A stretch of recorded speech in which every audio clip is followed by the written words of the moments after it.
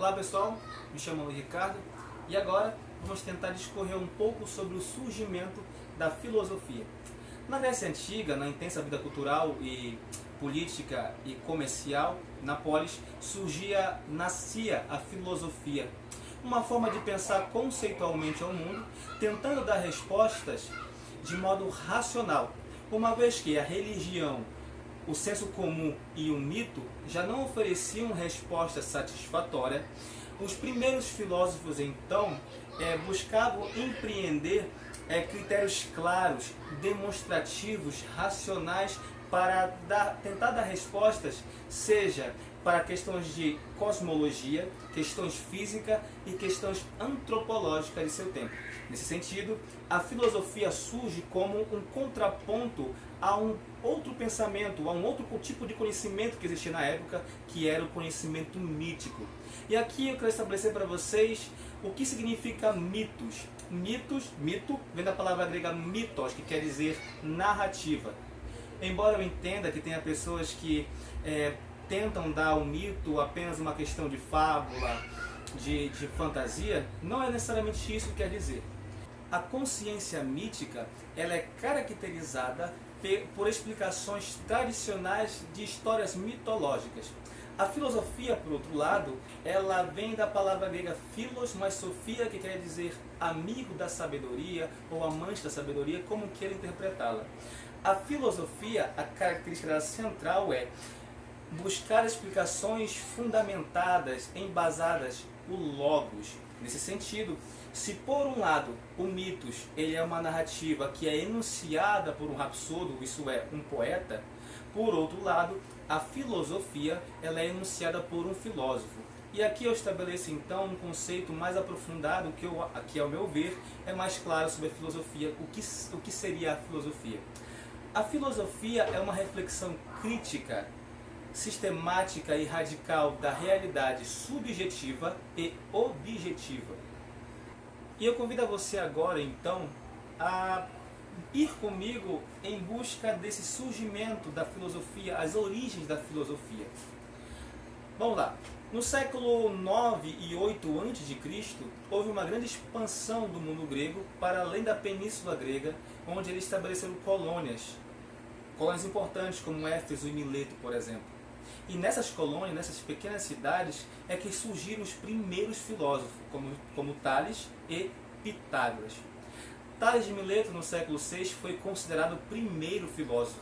E ele também foi o primeiro a afirmar que existe um princípio universal que origina todas as coisas, que os gregos chamam de arqué.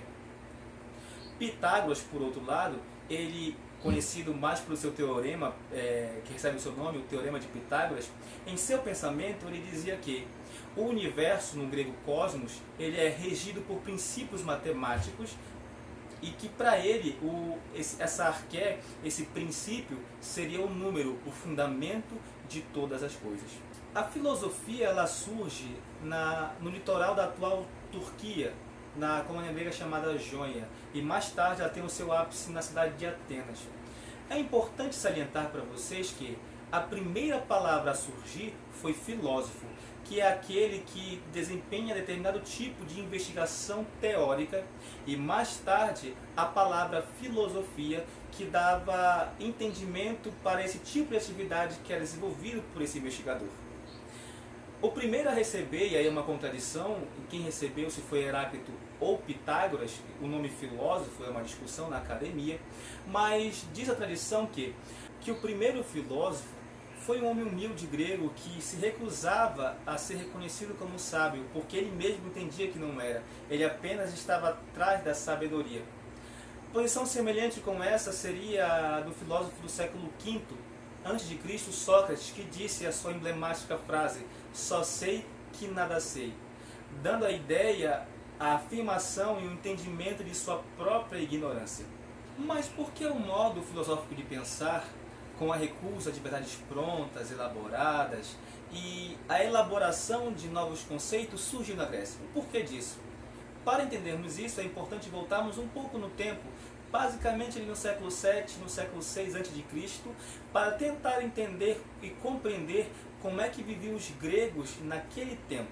A civilização grega antiga construiu uma cultura pluralista.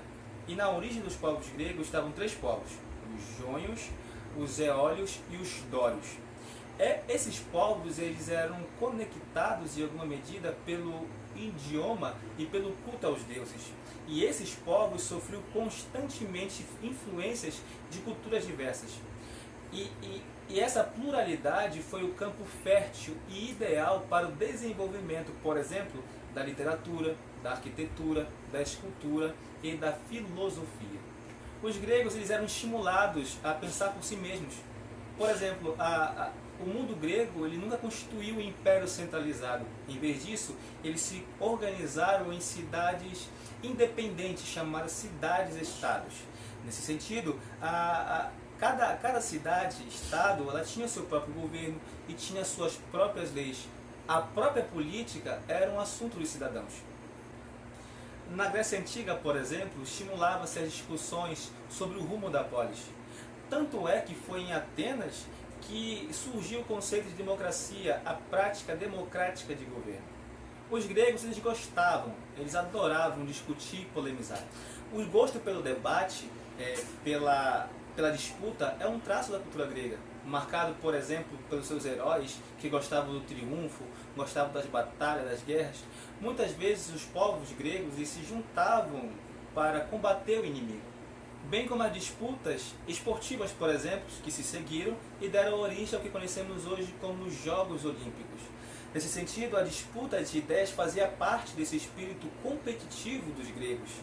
Era comum, por exemplo, nas praças, a discussão, o debate, as chamadas assembleias. Com tudo isso que foi dito, eu quero dizer, então, nesse sentido, o que seria, então, a filosofia? Como ela surge de fato? A filosofia surge como resultado da interação e da confluência de povos e culturas que encontram no solo ateniense um solo fértil para o seu desenvolvimento intelectual e racional. Então, essa foi a videoaula sobre o surgimento da filosofia. Espero que vocês tenham gostado e vamos lá!